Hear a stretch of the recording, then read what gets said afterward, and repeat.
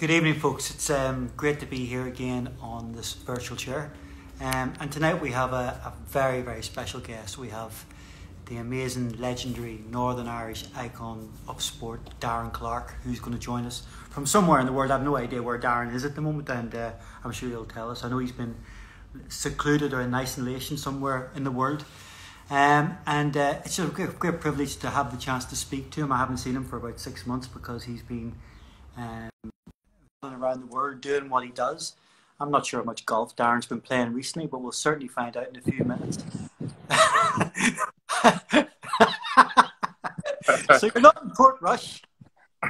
No, a little bit warmer here than Portrush. Only a little bit. It's a kind of shitty day, to be honest. It's overcast and cloudy and all sorts of shit, but it's fine. It's all right. You're looking great, Darren. Really well. You've obviously been keeping fit or exercising or doing something. Well, it's a good job. This is only from face height. Going further down is not so good. I'm sitting down here at my sort of den of iniquity here in Abaco at the Abaco Club where our home is, and I'm sitting at Flipper's Beach Bar. So this has been somewhere I get plugged very often, and you know the Teresa behind the bar, she's got a very heavy pour and she gets me too drunk and too often and all that sort of stuff. So, but it's a nice place. It's a cool place. It sounds torture. It sounds awful. I know. Here, listen, the Barnet's not good. I mean, it's just it's. Oh, I don't know. I think I'm probably like everybody. It's 12 weeks since I got a haircut, something like that. At least 12 weeks since I had a haircut. Well, somebody's doing something to it. No, I got. I'm very lucky. The course superintendent here, a guy called Matt DeMace, his wife Cassie, right. She's got some clippers. So so every couple of weeks she goes around, she clips it around here and around the back just to tidy it up a little bit. And the first time I went around, remember the last time I've had some, whenever I'm away on tour and I don't get a chance to see you or whatever, I've got to go and get my hair cut somewhere. And some people have been better than others at cutting my hair. So I've gone into this guy, as you know, but I'm just telling whoever's watching, but this guy took it up and he took it all the way up to here. Remember that one when we took it up number one all the way up to the side? So now anytime I go in anywhere, this is what you've told me and what you taught me, do not go any higher than here, because these little bits of my hair stick out that way. So she just does it up to there and trims it down. But at some stage, I don't know when it is, but you're going to have to resolve the whole mess. Well, as long as she doesn't touch the top, we've always got some. It's looking good, Darren. It's looking good. So, how long have you been there? How long have you been where you are?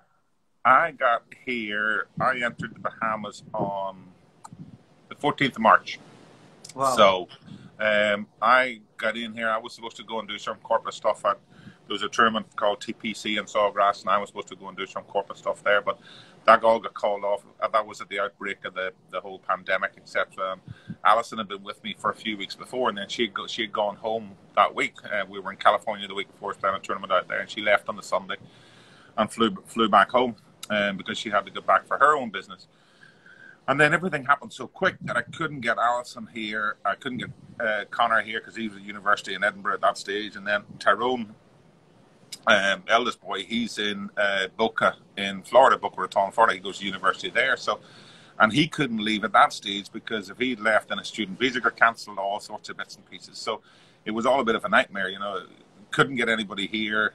I couldn't get back because all flights got stopped, all sorts of stuff. So I've been here on my own. So why is this great? But I've got the golf course and, you know, got the beach and a bit of fishing, which is what I do when I'm not playing golf.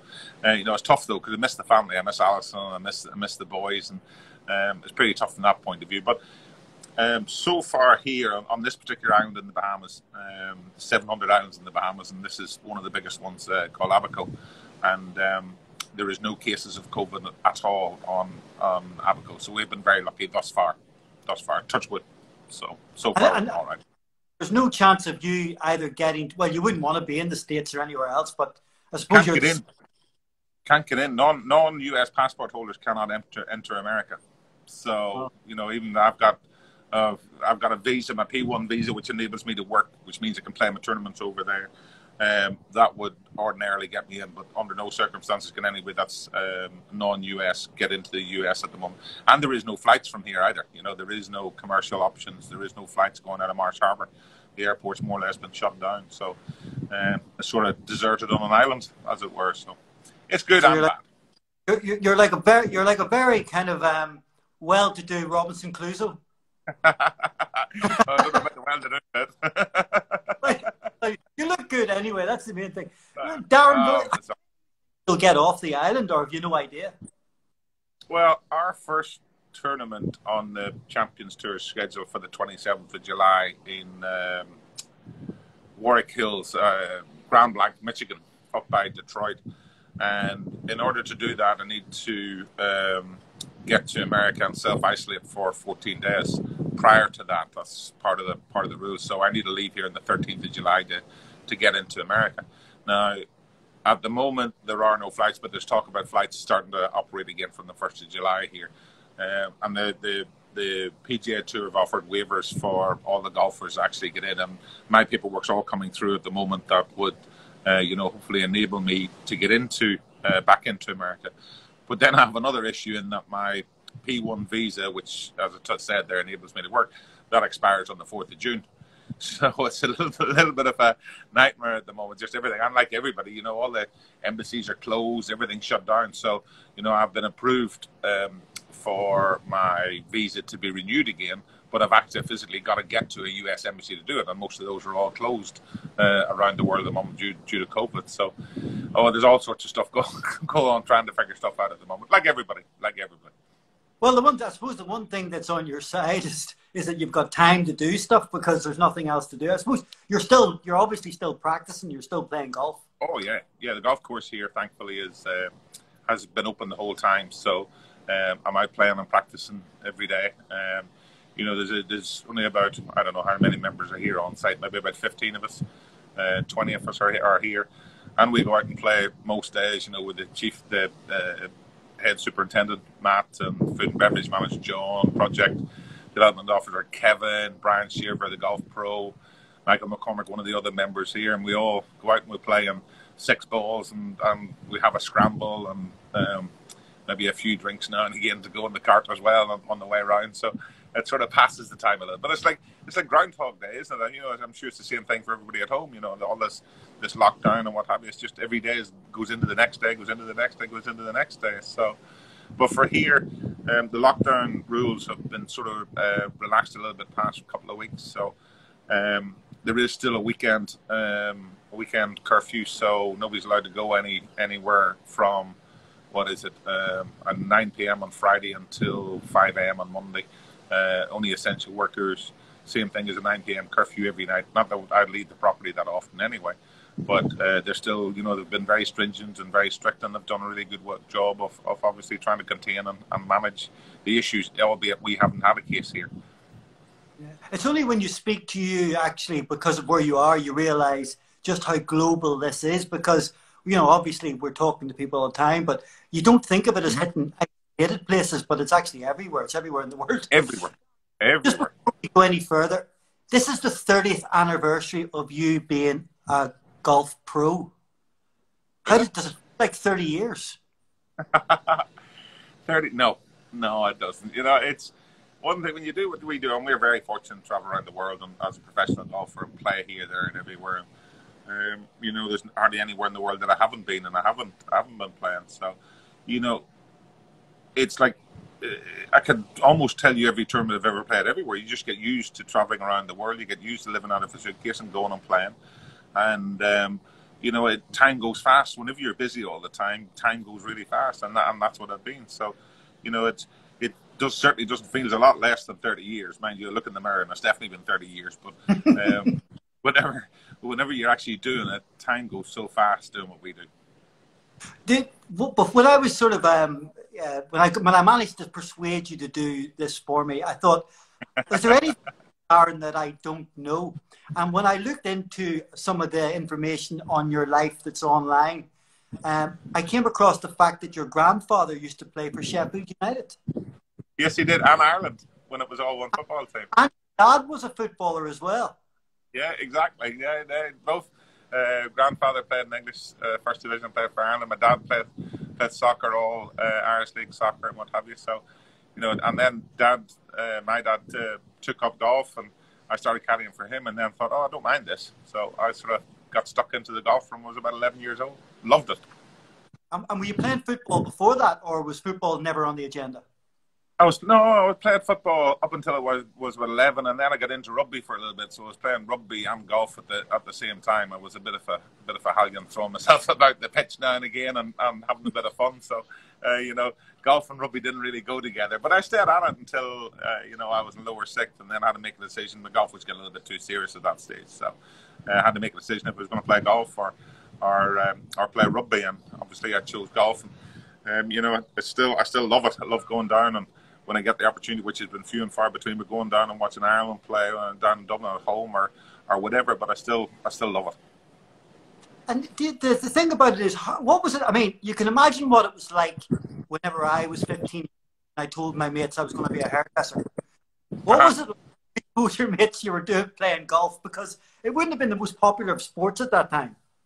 No, it wasn't. And Dungannon wasn't really known for that much of his golf, but I just I got into it. I was lucky. I had the benefits of football and rugby as the team thing, and then having the golf, which was me against the golf course. So I had both sides. I had the team thing, which I really enjoyed and still really enjoy, and then I had the individual side of it, which was the golf course. And they didn't really take the piss out of me, because I was lucky. I was pretty decent at it from a young age.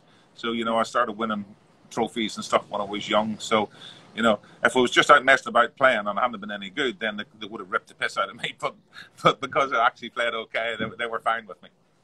Yeah, well, you see, I had a different problem. I was 5'2" and I was wearing makeup, so that's probably why I got the piss. And what changed? Being 6'2" and being from Dungannon probably was a bonus.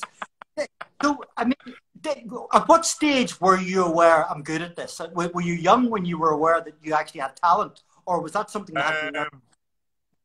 Yeah, well, it was about when I got to about 14. I had a very, very low handicap, and I was at that stage that I knew that I had a chance. But the difference between amateur golf and professional golf is it's huge. It's a massive golf, but I knew I had a lot of talent for it, and I started getting picked for Ireland squads, Ulster squads, all that sort of stuff from when I was about 15, I think, something around those sort of ages.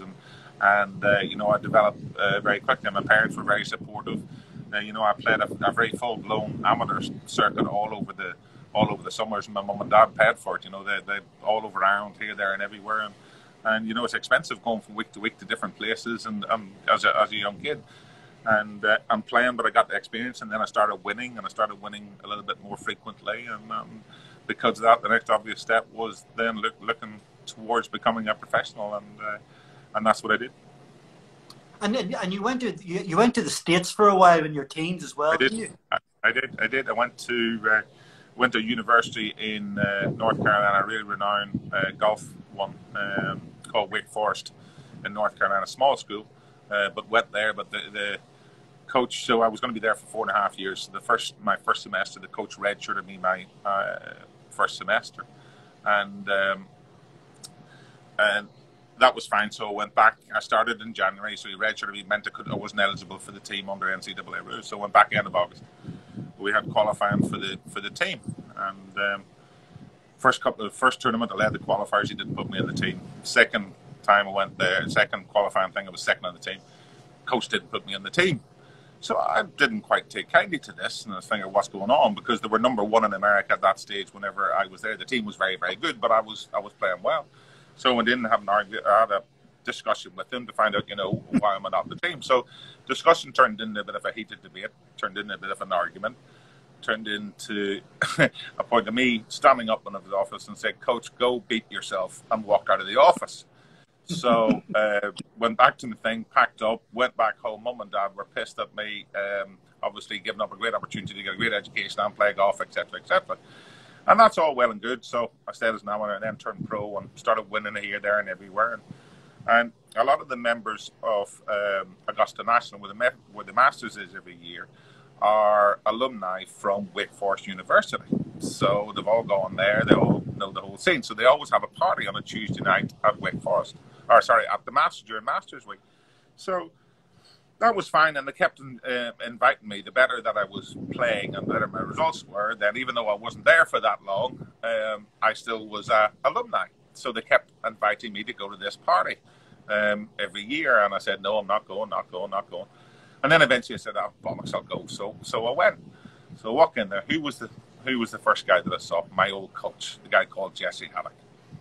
And he came up to me, little small fella, came up to me, went like this, put his arm around me. He said, Darren, I always knew you were going to be a good player. And I looked him square in the eyes and I said, Coach, as I told you then, and I'll tell you now, go beat yourself, and turned around and walked away and give it one of those who was walking away. It took me about 18 years to get him, but I got him back. So, but it was different. American University, you know, it's a wonderful opportunity if you can get the chance to go, because it's just different. You know, Tyrone's been in a place now called Lynn University in Boca Raton past few years, and he's just finished his third year. He got his degree this year, doing another year, so he's getting his master's degree from there.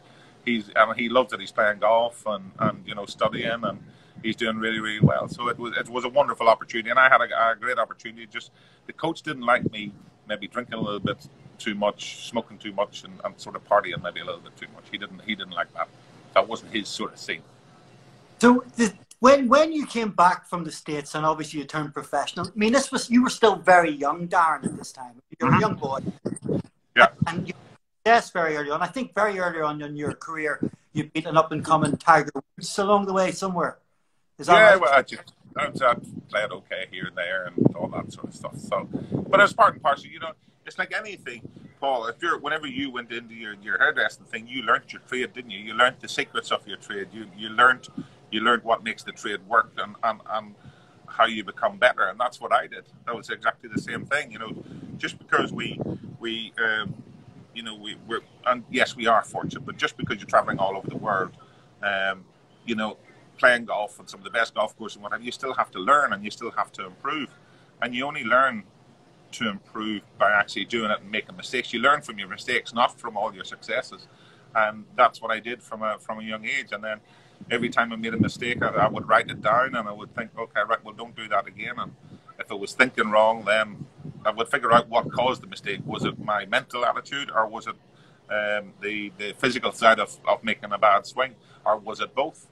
And then I went through all of those and tried to make sure that, oh no, I've done that, I made that mistake before, I'm not going to do that again. And that's how you learn and that's how you improve. And did you have good people around you advising you on that time, or were you allowed to make mistakes so you learned from them? I mean, were there things at that time that were going on where people said, I wouldn't have recommended you did that, but I hope you've learned from it? I was lucky. My manager, Chubby Chandler, so he came and met me in a mutual friend, Dougie Heather's office in Dublin. He's a lawyer, been a friend of mine for many, many years. And we met in August 1990 in his office in Dublin, and we shook hands, and that was it. He's been my manager ever since. We've never had a contract. We've had our whole relationship has been in the shake of the hand, no contract to this day. And you know, he was a tour pro himself, and his whole thing to me at the start was, you know, I've been there, I've done it. He played the tour for, I don't know, 18 years or something, and he said, you know, I'm going to try to help you avoid making every mistake that I made. So because of that, he always steered me in the right direction, and he's still trying to steer me in the right direction. Yeah, but I think one of the things that people like about you, Darren, and I'm talking from somebody, let's say if I didn't know you, is like your personality, like the fact that you do whatever you want to do and you'll do it in public. And I think that's what, you know, gives a lot of affection for you. Do you ever look back at any of the things that you've been photographed doing or said, I wish I hadn't done that?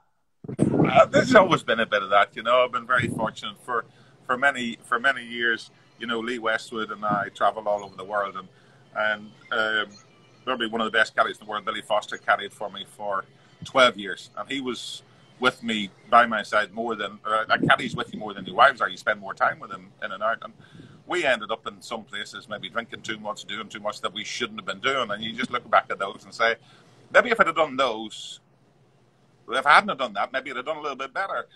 But then again, you know, I wouldn't have had all the experiences that I've had all over the world. You know, could I have done better? Should I have done better? Possibly. But did I have a good time along the way? Yes, I did. We all have up and downs. We all have tough times. You have a tough times. I have a tough time. We all have. But sometimes I'm not that sort of guy that will. Yes, I'm dedicated to my golf, and I practice more than people think. But I also like to have a good time, and I don't. The trying to be correct all the time is not going to get in the way of me having a good time. I don't intentionally go out to irritate people, to say the wrong thing, to do the wrong thing, but sometimes a little bit too much of that of the liquid sort of clouds my judgment a little bit. But I do try to have a good time. Work hard, and then enjoy myself. I'm much more these days, I'm very fortunate that through our whenever Heather passed away, and I was very fortunate to meet Alison after that, and she's been wonderful with me. She's all over the world. She comes with me. She's an unbelievably grounded, smart lady. She's brilliant. She calms me down and looks after me, and if I'm being a dick, she'll tell me I'm being a dick, and just keeps me on the straight and narrow for the most part. I'm a little bit sensible as we all get older. I guess we all get a little bit more sensible. But I'm very fortunate. Been through some tough times, but a lot of people go through them. But I look at that. I've been very fortunate to find Alison out the other side of those tough times, and she's a brilliant lady. Well, I know. I mean, obviously, I know Alison very well, and Alison introduced me to you because obviously she brought you back from London, yes, and dragged you into my salon and said, "What do you think of his hair?" And I said, "We'll come to that in a minute." The thing that I've always admired about you, Darren, and I spoke about this in the intro, is you have this great ability to show warmth and generosity to people, and I think everybody recognizes that. But also, there is a very there's a side to you that I think people don't see, which is it. I mean, obviously, I know how much you do for charity. I know just the sheer amount of stuff that you're doing behind the scenes that nobody ever knows about. Was that as a direct result of what happened with Heather, or was that something that was always part of it, or is it something you just don't talk about? Well, it's not really. It was obviously my foundation is twofold. So foundation is for developing junior golf in Ireland. That's for all under 18s, and we get them together once a year, wherever that may be. And boys and girls under 18, and I spend the weekend with them and coach them and teach them and sit down and get them to ask me questions, because they're obviously very good. They're all the Irish national champion, the Connacht national champion, boys and girls, whatever, Irish champions. And we all get together. So whenever I was their age, I didn't have anybody to go to ask a question. Darren, what's it like being out on tour? And what do I need to do? And what should I be working on? And I tried to do that with them. It was when I was back at home, we were expanding into primary schools. We had a band going around to try and get kids into it, all that sort of stuff. And then the other part of it is for breast cancer research and development. And obviously that was something very close to my heart after Heather passed away from breast cancer.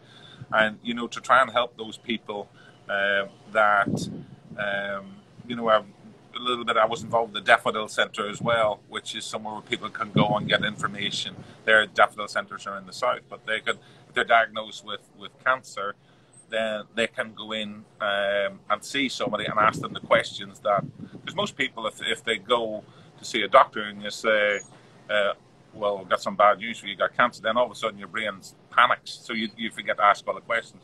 Daffodil Centres were built to try and help give people somewhere to go to follow up, to ask questions, to ease their worries or get explanations for stuff.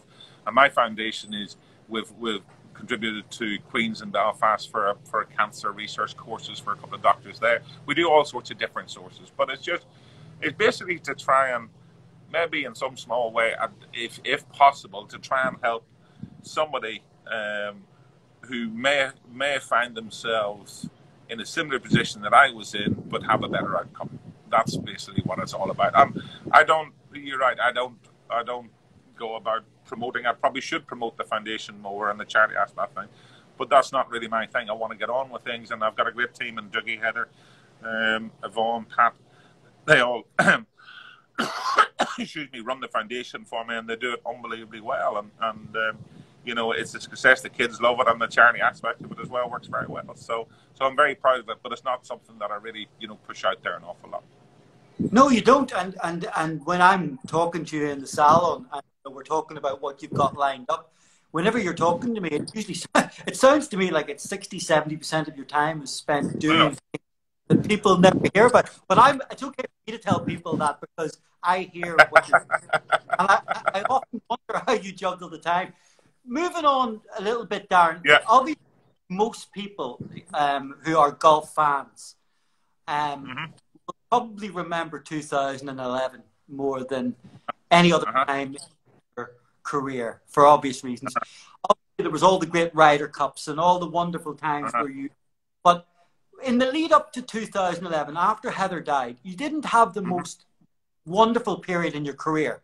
What do No, you think? no. What do you think was the change, so that dynamic that sparked that incredible victory?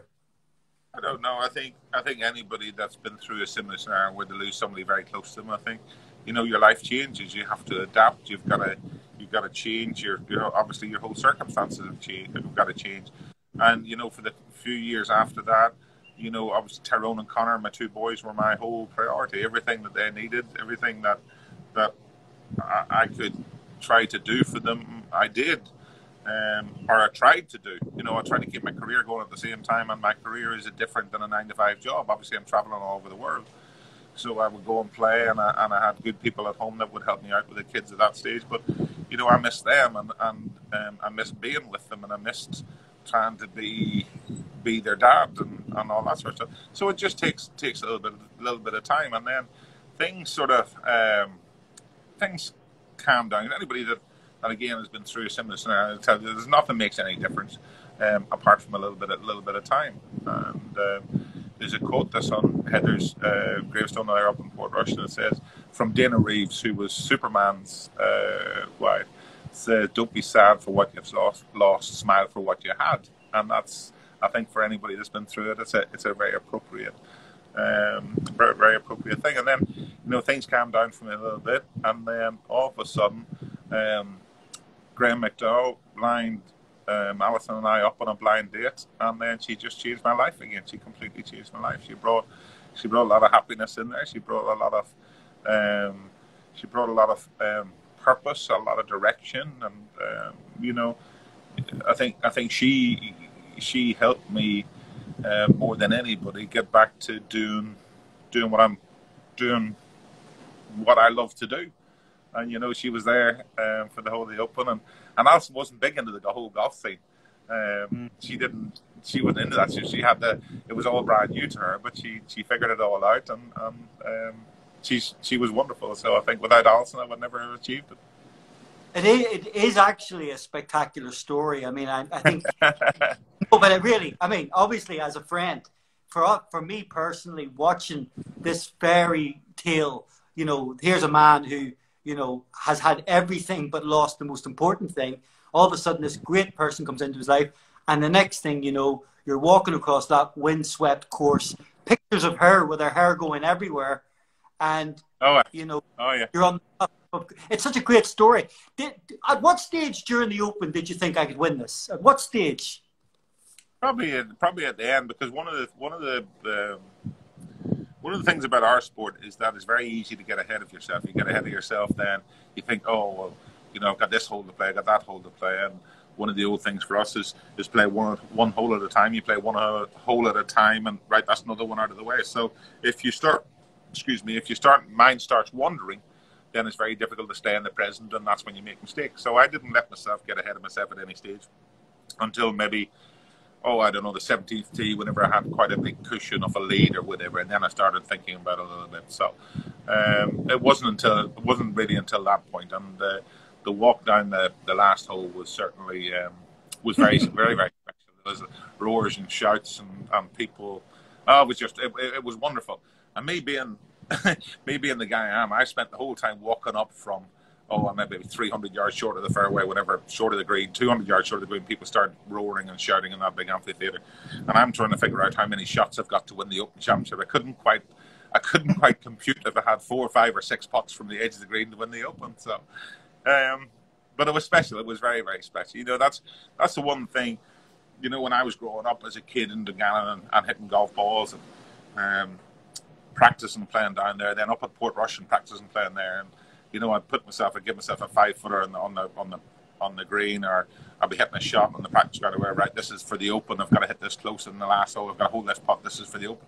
Everything was for the Open Championship, and again, I'm very fortunate because I achieved my dream. Not many people do, and I was very fortunate that I managed to get there. And the thing about it is, Darren, were you aware of the impact that it had on not just Northern Ireland, but the golf community in large? I mean, you were literally the people's champion. People always, it was like Alex Higgins at the Crucible. It was one of those moments. It was. I don't know, but there were the people of all. I've been very fortunate my whole career. For the most part, the crowd's been very kind to me, both in Europe and in America and all over the world. The people have been very kind to me. I guess I'm a little bit sort of wear my heart on my sleeve and sort of react the way that I shouldn't react a little bit.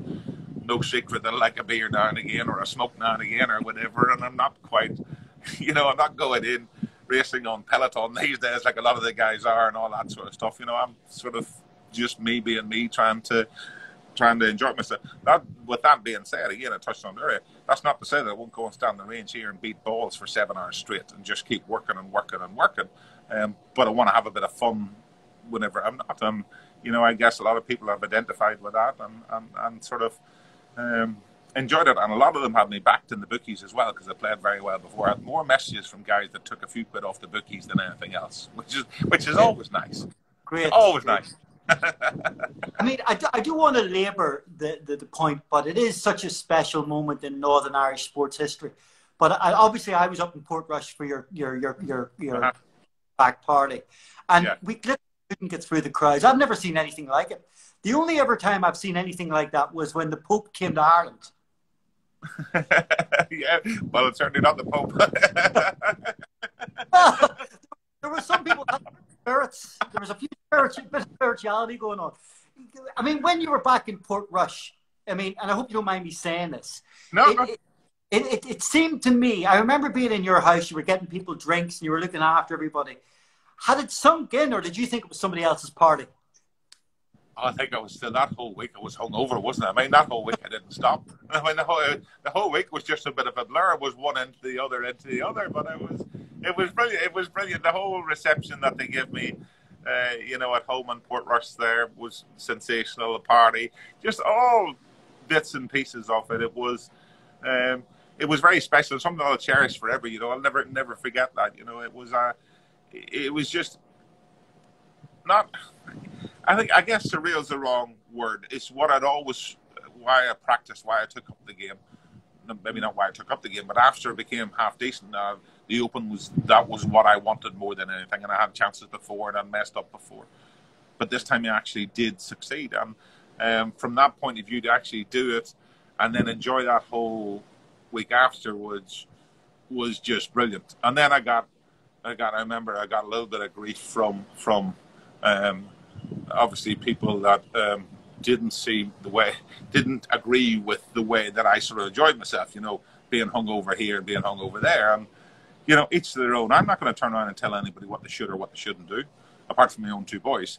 But I'm not going to tell them what they should and blah, blah, blah. But it's amazing because sometimes whenever you are somewhat of a public figure, people decide that they should, no, you're wrong, you should do this, you should do that. And, unless you've actually been there and experienced the stuff yourself, then you have a ground to stand on. Until such times, maybe, think about what you're saying a little bit. But that's just the nature of what we do. Yeah, I think from my perspective, I think the tradition of allowing people to celebrate great things in life has become a thing of the past. We're not really allowed anymore to celebrate publicly or openly because it might be a bad example. Social media. Yeah, but then again, on current topic, then again, you've got the issue like yesterday, why we had Blackout Tuesday. That side of social media highlights a massive injustice and something that needed to be seen and to be dealt with. So there's good sides of it and bad sides of it. But sometimes people tend to get very quick to pass comment without actually knowing everything. That's all I'd say. And, people are entitled to their own opinions. They're entitled to it. But sometimes, if they get a little bit vicious in those comments without actually knowing the whole story of what's going on behind it. Sometimes that can be a bit hurtful, but mostly annoying. Yeah. But Darren, in all fairness, why do you think people picked up on the fact that you'd had a pint? What do you think? That's probably Paul, because I nearly fell into the bunker at 9 a.m. the next morning when I was doing a press conference. I'd be sitting there holding a Clarke jug and I would go, hey. There's this 15-foot drop into the bunker right in front of me. And I was there and I was just sort of cruising. And I could see they'd love this picture. So I just topple forward, Darren Clarke, last seen head first, going straight into the bunker beside the 18th green. That was the next morning at 9 o'clock. That was a bit of a giveaway. Oops. Maybe I did. Hey, and you know what? And you know what, Paul? If it was to happen tomorrow, I'd do the same thing all over again. Wouldn't bother me the slightest. Yeah, fair play. So after that, your life, you and Alison's life became a bit of a whirlwind. I remember. Yes.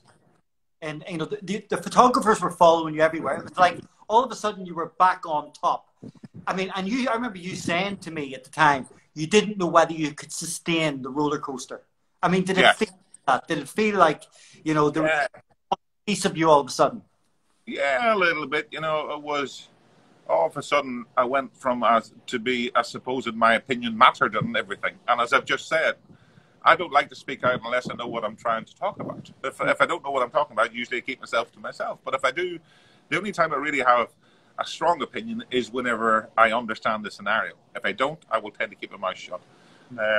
So all of a sudden I was being asked, do this, do that, do this, do that. And a lot of that all came with being Open champion, and that was fine. And, I had a wonderful wife, but Alison fitted. I mean, she was just brilliant at the whole thing. There was nothing ever too much for Alison. And, the whole thing was great, and I thoroughly enjoyed it. But, sometimes to go down for a pint now and again or whatever, anonymity is a wonderful thing. And it's just to sneak into the pint. And I've been very fortunate as well. That I go down whenever I am in Port Russia, I go down to the harbour bar there and I get into the front, and nobody bothers me at all in there. It's a wonderful little bar. You got Willie and Kerry in there behind the bar, just in the front little bit of it, and it's an old school little drinking bar, and that's my local when I'm at home in Port Russia, and it's just absolutely brilliant. And nobody bothers me in there at all. They just leave me alone because it's just going in and having a pint and what have you. So that would be my little bolt hole almost whenever I go back home to Port Russia. Yeah, because people don't realise, and I think it's something I've got to know over the years, you actually are quite a private person. I mean, you enjoy your own friends, you enjoy the company of the people. Yes. And sometimes, if I'm being honest, people step over the line, and that gets they do. It's hard though. It's hard though as well. And you got to remember, So say I do go into the harbour, or say I'm down in the wine bar, or say I'm over Neptune and Clona or whatever, and somebody comes up and asks you for, Darren, can I have a picture?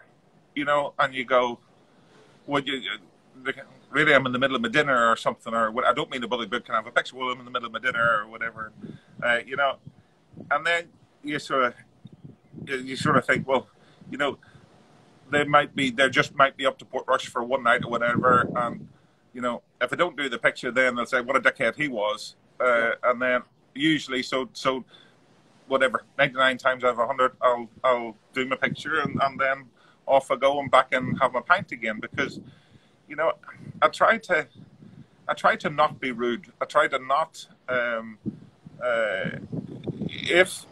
if I've got something, if there's, I don't know what the best way to phrase it is, but if I'm just there to be out with a couple of mates and what have you, usually my mates will get between me and anywhere else, and we'll have a couple of pints. But the rest of the time, people want photos, then I'm happy to do it, because that might give them a little bit. And usually you get, my granny's followed you, or my grandfather watched you playing golf and all that sort of stuff, or my mum watched you win the Open or whatever, and can we have a picture and all that sort of stuff. And it's hard to say no.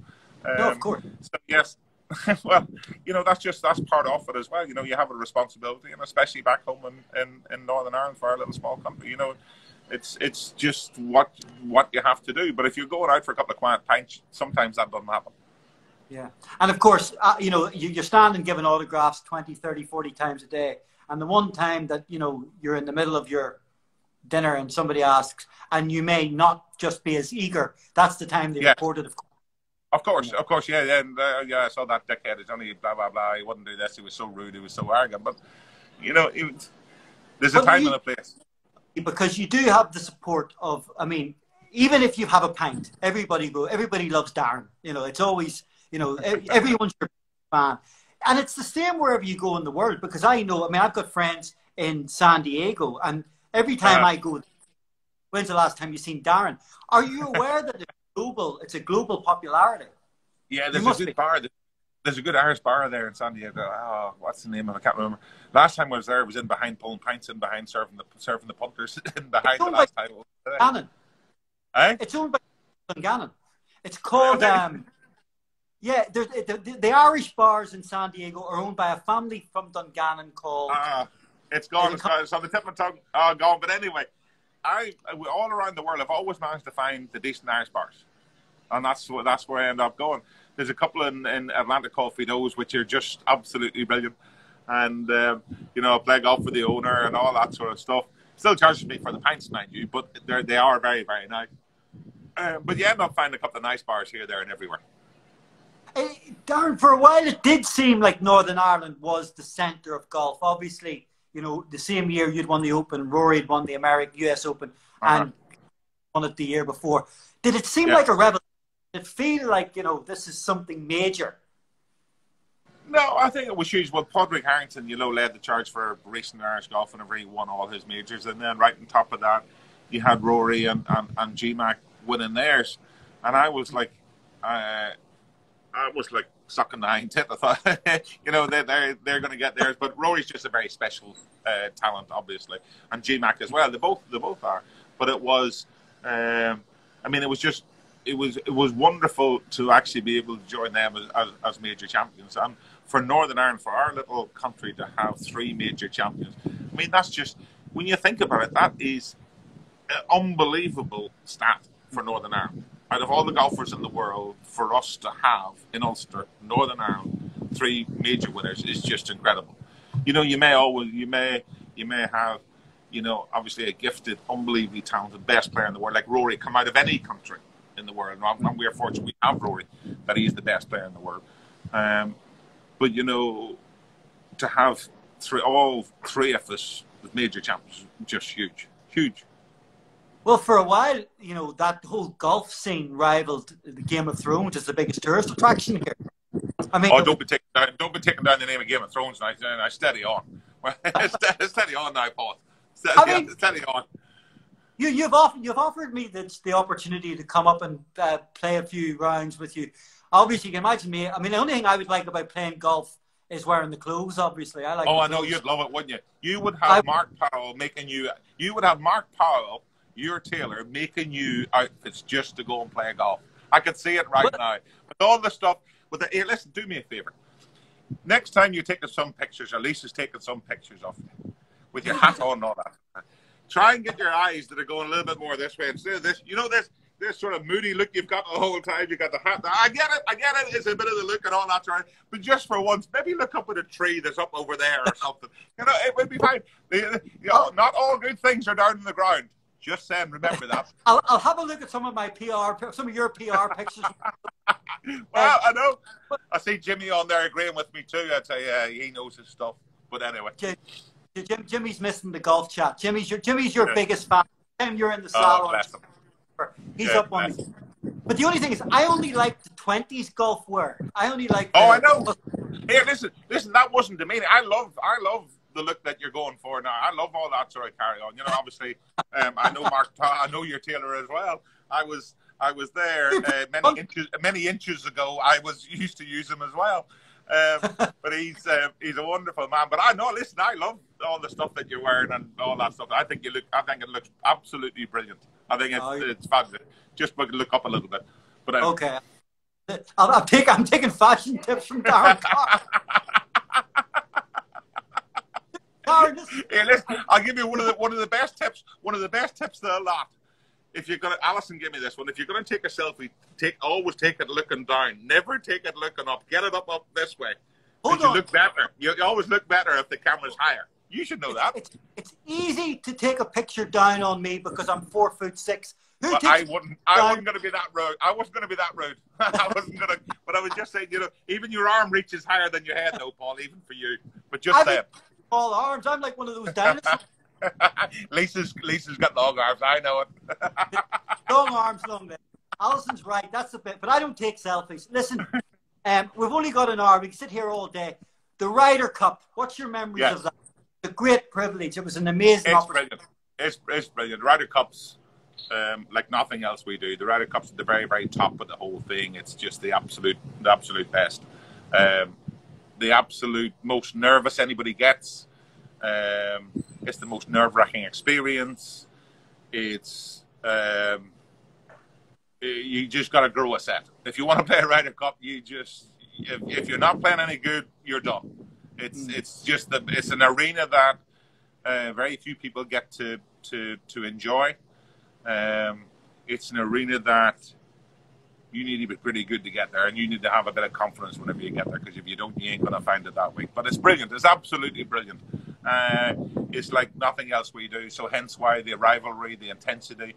This year's going to be interesting to see what happens. Scheduled for Whistling Straits in America later this year, but whether they have crowds or not, and the crowds are what makes the Ryder Cup. That's what makes it so special. If there's no crowds there, it's going to be different. I was captain in Hazeltine 2016 when we went over there. The crowds were boisterous. The crowds were loud. We lost. I'm still pissed off that we lost some 4 years later. But I've been part of lots of winning teams as well. So I've had both sides of the Ryder Cup. But to be captain was a huge honour. And as I said, I was massively disappointed we lost. But such a sport at times. If you get outplayed by a better team, there is nothing you can do about it. You prepare, put all your heart and soul into it, you work as much as you can, and sometimes the opponent just plays better. That is the nature of sport, and that's what happened that week. Well, you've been in the Ryder Cup 6 times. You won 4 times. I mean, it's not a bad return. Something like that. I can't remember. You've probably got a load of stats written in front of you there. You got know more than I do. Well, I did and not know something about golf. But actually, to be honest with you, Darren, I mean, your win ratio and the amount of success you've had on the golf course, you never play that up. You've actually been, I mean, you're quite good. You're quite good at this. Sometimes.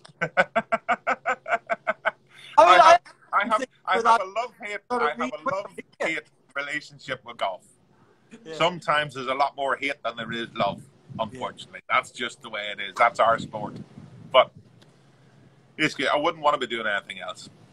And that also reminds me, because you actually are a great broadcaster. You're good on TV.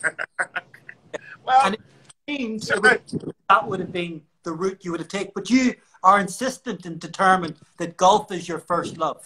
Yeah, maybe for another 5 years, 6 years or whatever, and then maybe look at changing it after that. Maybe going. I enjoy the broadcasting side of it. I try to say it as it is. There's a lot of them.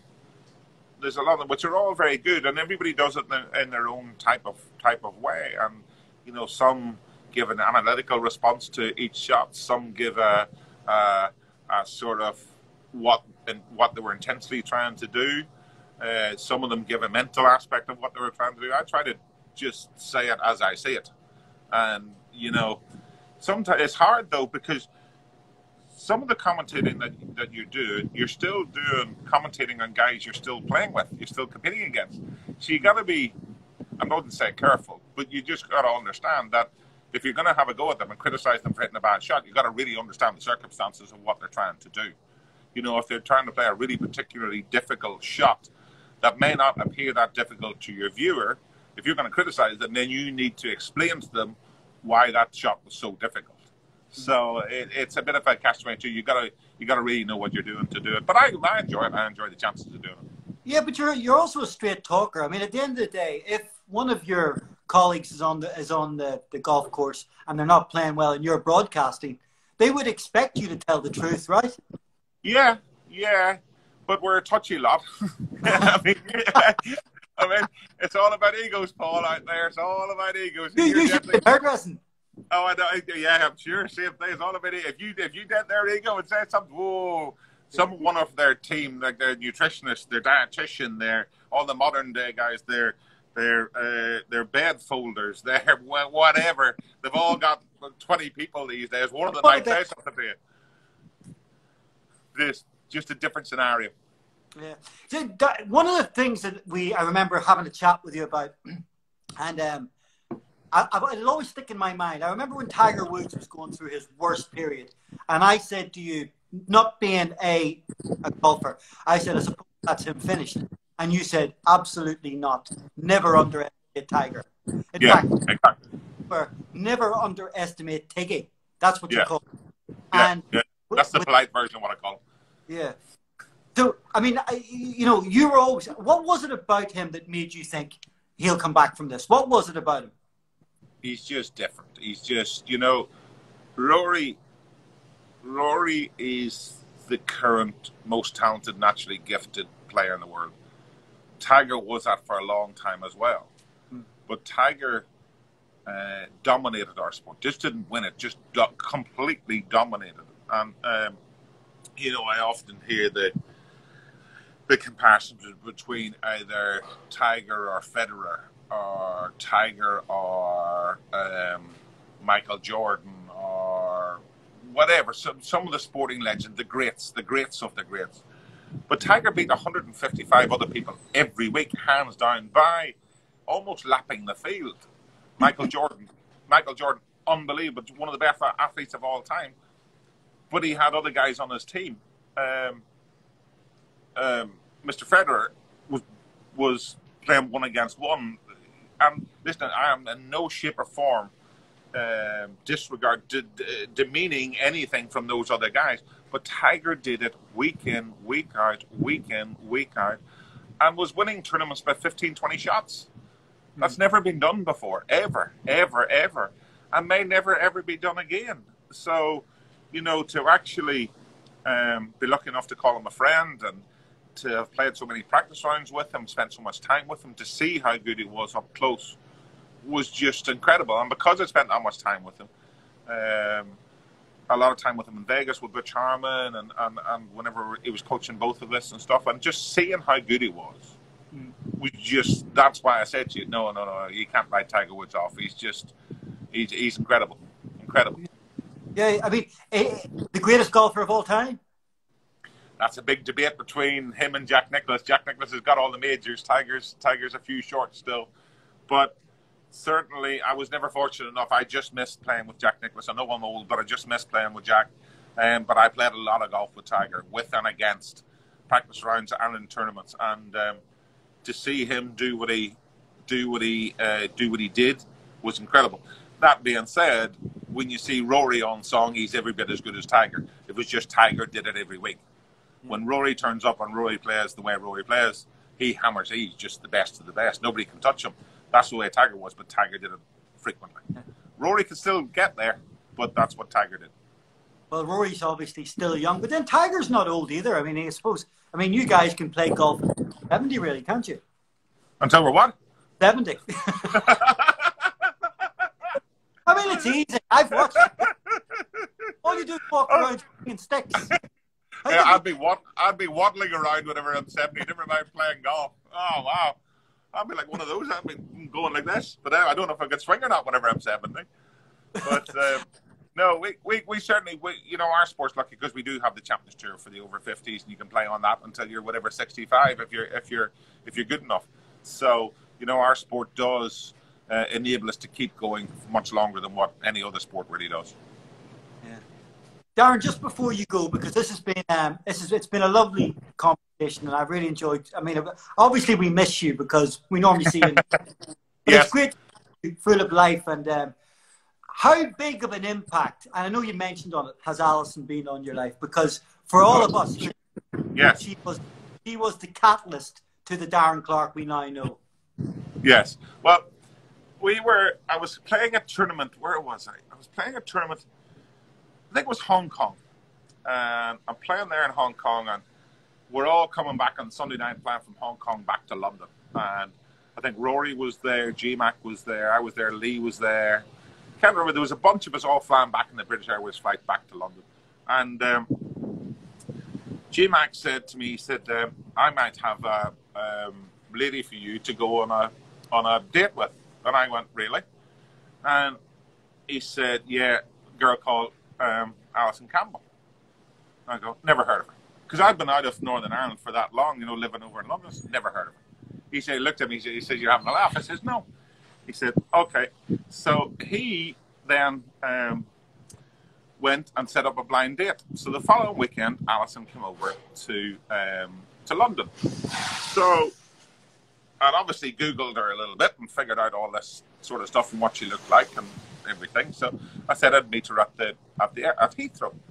So I put on, I think it might have been one of my best, whatever, Mark Powell suits. Those one of the really, really nice, looked really smart, all that sort of stuff.